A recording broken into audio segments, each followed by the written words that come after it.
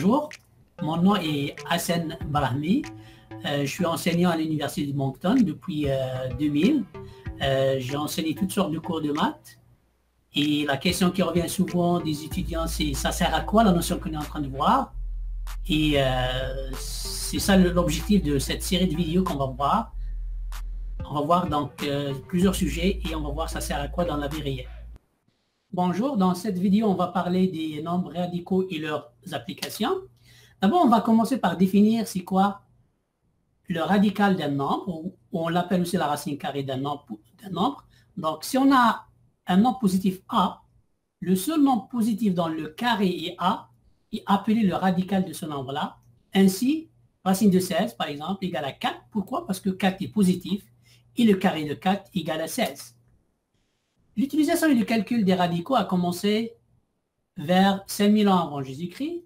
En effet, les Mésopotamiens, c'est un peuple qui vivait dans la Mésopotamie, qui est l'Irak et la Syrie actuelle, utilisaient déjà les nombres radicaux pour partager un terrain de forme trapézoïdale. D'ailleurs, à cette période-là, le trapèze, on l'appelait le front de bœuf. Et on voulait partager un terrain sous forme trapézoïdale en deux parties égales. Donc voilà, on a un terrain sous forme de trapèze et on veut le partager par une ligne au milieu, c'est la ligne rouge ici, qu'on appelait la transversale. Et la question, c'était de trouver la longueur de cette transversale. Ils avaient une formule qui donnait cette longueur-là, qui est T au carré égale à A au carré plus B au carré sur 2. Avec A, c'est la grande base du trapèze, B est la petite base du trapèze. Donc, comme vous voyez, pour avoir la valeur de T, il faut calculer à un moment donné la racine carrée d'un nombre. Si on donne un exemple, si on a un trapèze dans le A égale à 6 et B égale à 8, alors la longueur de la transversale au carré égale 6 au carré plus 8 au carré sur 2, qui égale à 50. Donc, si on veut la valeur de T, il faut calculer la racine de 50, ou bien la radicale de 50. En marquant que 50 égale 25 fois 2, donc racine de 50 égale racine de 25 fois 2, en utilisant les propriétés des radicaux, on trouve que ça vaut 5 racines de 2. Donc, il faut calculer à un moment donné racine de 2.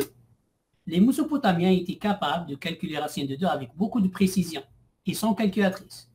Et ce n'est pas seulement racine de 2, mais le radical de n'importe quel nombre qu'ils avaient besoin. De nos jours, les équations dont les solutions sont des radicaux sont très utilisées. On va voir quelques exemples. Prenons par exemple l'exemple de l'équation x au carré moins x moins 1 égale à 0. Dans la solution, si on applique les règles, comment résoudre une équation quadratique, on trouve une des racines, 1 plus racine de 5 sur 2. Ça, c'est la racine positive. Il y a une autre racine négative, mais intéressons-nous à cette racine. Ce nombre est appelé le nombre d'or. C'est un rapport entre deux grandeurs homogènes. Le nombre d'or est un rapport de la forme A sur B. Si on prend le cas des longueurs, par exemple, si on considère un segment de longueur A plus B, on veut la partager en deux parties, une partie A et une partie B, alors le choix de A et B, les proportions A et B, est choisi de telle sorte que A plus B, la longueur totale du segment, divisé par la grande portion qui est A, égale à la grande portion divisée par la petite portion, c'est-à-dire A sur B. Comme A plus B sur A égale 1 plus B sur A, ça c'est un calcul simple, et si on pose A sur B égale à X, alors on trouve que 1 plus 1 sur X égale à X. Et après des petites manipulations, on retrouve notre équation de départ qui est X au carré moins X moins 1 égale à 0. Ce nombre-là, qui est la solution de cette équation-là, a été élaboré, et beaucoup de livres ont été élaborés à propos de ce nombre-là, qu'on l'a baptisé Φ. Il serait connu depuis la nuit des temps, donc depuis longtemps. On le retrouve chez les peintres du début de siècle, dans les cathédrales gothiques, sur les façades des temples grecs, et même sur les pyramides. Donc on le connaît depuis longtemps. Le nombre d'or, on l'appelle aussi, il porte beaucoup de noms. Il porte aussi la proportion divine, la beauté mesurée, il porte beaucoup de noms. Sa valeur, c'est 1.618 et ainsi de suite, donc c'est un nombre qui n'est pas rationnel. Les chiffres après la virgule, c'est infini. Et partout dans la nature, y compris dans notre corps humain. pour voir où il se trouve dans notre corps humain, vous pouvez regarder la vidéo qui est dans le lien suivant. Ce rapport est utilisé actuellement dans la chirurgie esthétique. Là, j'ai regardé sur un site web médecin esthétique. Alors, et sur son web, écrit, en pratique, je mesure les longueurs de certains éléments du visage. Ensuite, en utilisant le compas d'harmonie. Le compas d'harmonie, c'est un compas qui est de cette forme-là. Donc, un côté, c'est 1, l'autre côté, c'est 1,618. Donc, c'est une approximation du nombre d'or. Si vous voyez, si vous divisez 1,618 sur 1, donc vous obtenez la proportion du nombre d'or.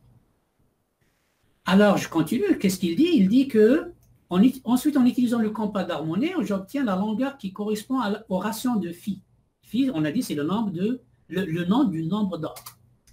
Si le ratio est 1,618 fois une distance n'est pas présent, je vais augmenter ou combler les zones qui ne sont pas à la proportion pour essayer de les rapprocher du ratio d'or. Les résultats sont subtils et naturels. Quand j'ai commencé à mesurer les visages et à les amener à la proportion de phi, j'ai obtenu l'effet « Wow ». Docteur, c'est naturel, c'est toujours moi, ça donne un coup de frais. J'ai gagné 10 ans. Et les proportions, cette figure-là, elle montre les proportions dans les visages quand on essaie de les ramener au nombre P et au nombre phi, qui est le nombre d'or. Et si vous regardez la vidéo que j'ai mentionnée dans la page présente, vous allez voir quelle proportion qu'on veut ramener à ce ratio. Merci pour votre attention.